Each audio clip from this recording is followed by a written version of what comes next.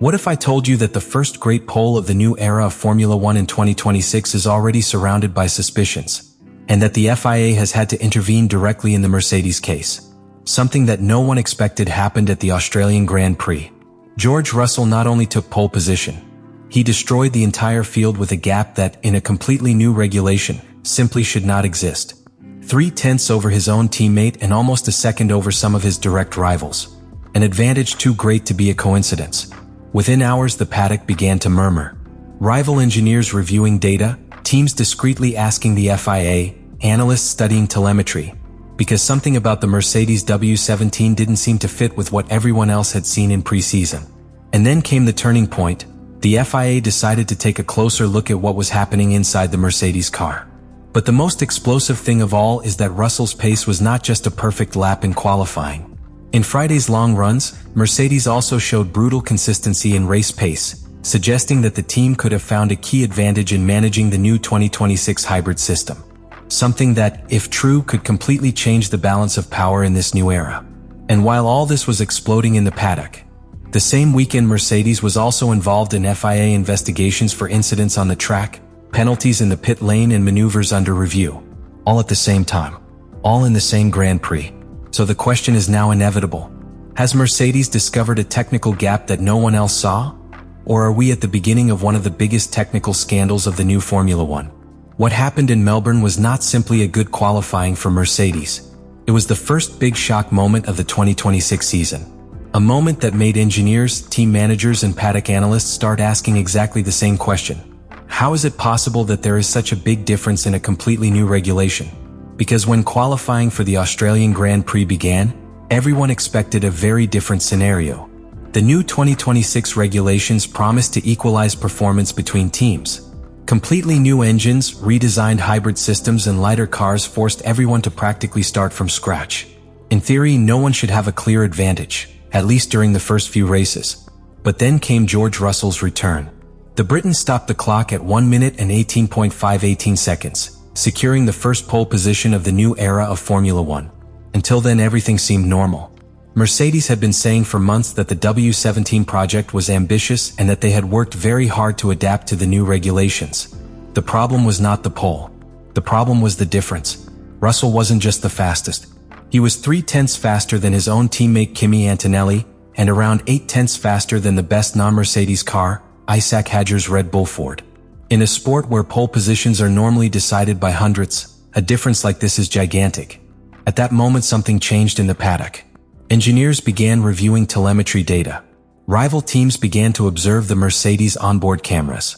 Analysts were trying to understand where Russell was gaining so much time, whether on the straights, in the corners, or in the car's energy management. And the disturbing thing was that the advantage didn't seem to come from one place. The W17 was fast on a straight line, but also extremely stable in fast corners. It had very strong acceleration, but at the same time it seemed to conserve the energy of the hybrid system better than anyone else. In other words, Mercedes seemed to have everything under control in a completely new regulation.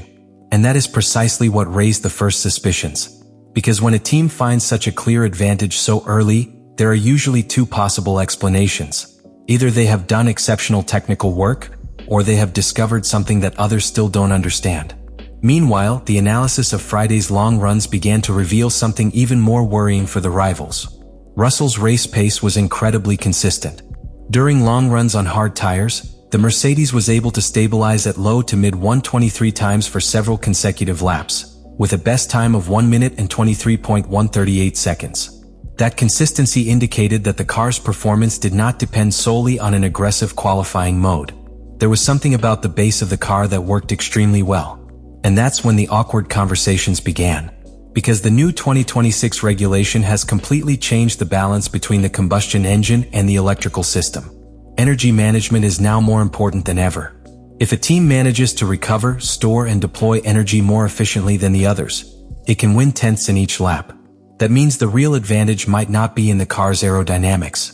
It could be within the Mercedes hybrid system. In a few hours, the rumor began to spread through the paddock. Rival teams discreetly asking the FIA. Engineers trying to find out if Mercedes had found a regulatory loophole. Technical analysts reviewing every detail of the car's behavior. But the drama didn't end there. Because while everyone was talking about the pace of the Mercedes, the German team was also beginning to be involved in a series of incidents investigated by the FIA during the same weekend. One of the most striking occurred in the pit lane. During a stop, Kimi Antonelli's car was sent onto the track with the cooling system still fitted, prompting an immediate investigation by the stewards and ending with a fine for Mercedes. At first glance it seemed like a minor operational error, but in the context that was forming around the team, it only added more fuel to the fire. And what no one imagined at that time was that the Australian Grand Prix was just beginning, and that the Mercedes case was about to become one of the most explosive topics at the beginning of the 2026 era. From that moment on, the weekend in Melbourne was no longer simply the start of a new season. What was happening with Mercedes began to become a serious technical issue within the paddock, because the differences that the W17 was showing did not fit with what the teams expected from a completely new regulation. When regulations as radical as those of 2026 are introduced, it is normal for benefits to be very compressed. They all start practically from scratch with different interpretations of the regulations, yes, but with a fairly rapid convergence in performance. However, what was seen in Australia was exactly the opposite.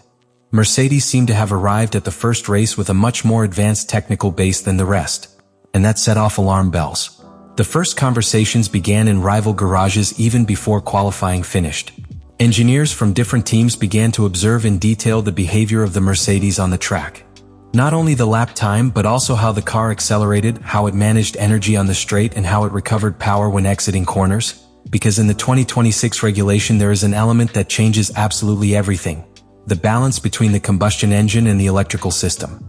The hybrid part now has a much greater weight in the overall performance of the car, which means that the way in which a team manages that energy can make enormous differences. And in the case of Mercedes, the data seemed to indicate something very particular. Russell's car was not only fast when engaging high-power modes.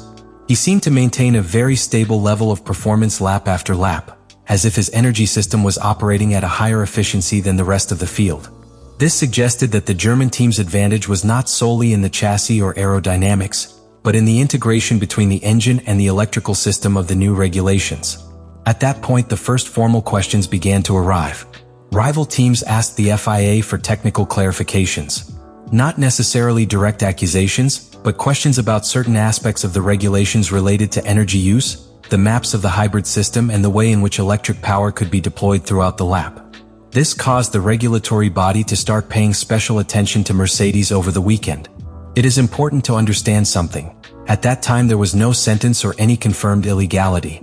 It was not a case like the famous DS of 2020 or the technical controversies that have marked other seasons. But the simple fact that the Mercedes performance was so superior in the first race of the new regulations was enough for the FIA to begin to take a closer look at what was happening. Meanwhile, outside the paddock the situation became even more explosive. Videos and theories about W17 began to circulate on social networks and technical analysis platforms. Some analysts tried to explain the car's performance from its aerodynamic efficiency. Others pointed directly to the hybrid system. Telemetry comparisons and simulations even began to appear that tried to understand where Mercedes was gaining time. By the time the weekend ended in Melbourne, the situation had already escalated far beyond a simple pole position or a good track performance.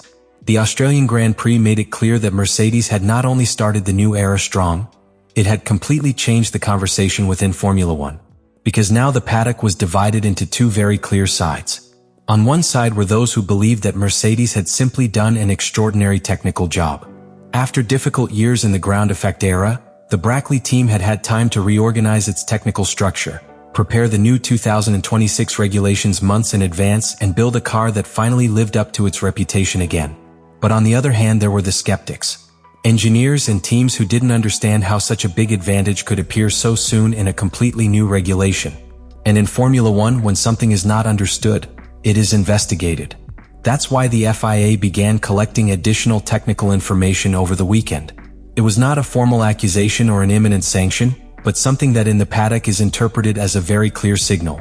When the regulatory body begins to look closely at a car in the first race of a new era, it means that it wants to understand exactly what is happening. And the key was still in the same place: the power unit and the Mercedes hybrid system. The 2026 regulation has made energy management one of the most decisive factors in performance. If Mercedes has managed to integrate the combustion engine, energy recovery, and electrical deployment in a more efficient way than the rest, then we are not talking about a simple one-time advantage. We are talking about a structural advantage, an advantage that could be maintained for many races. And that is exactly what worries the rest of the teams. Because the recent history of Formula One has shown something very clear. When a team finds the key to a new regulation before the others, it can dominate for years. It already happened with Red Bull in the initial hybrid era. It already happened with Mercedes at the beginning of the V6 turbo era. And now many are wondering if we are seeing the beginning of another cycle of dominance. Meanwhile, within Mercedes, the public message has been much calmer. The team insists that its performance is the result of months of work, a very careful integration of the new regulations, and a deep understanding of the balance between the heat engine and the electrical system. But the paddock doesn't work with statements alone. It works with data, with analysis, and with political pressure. The next big prizes will be fundamental.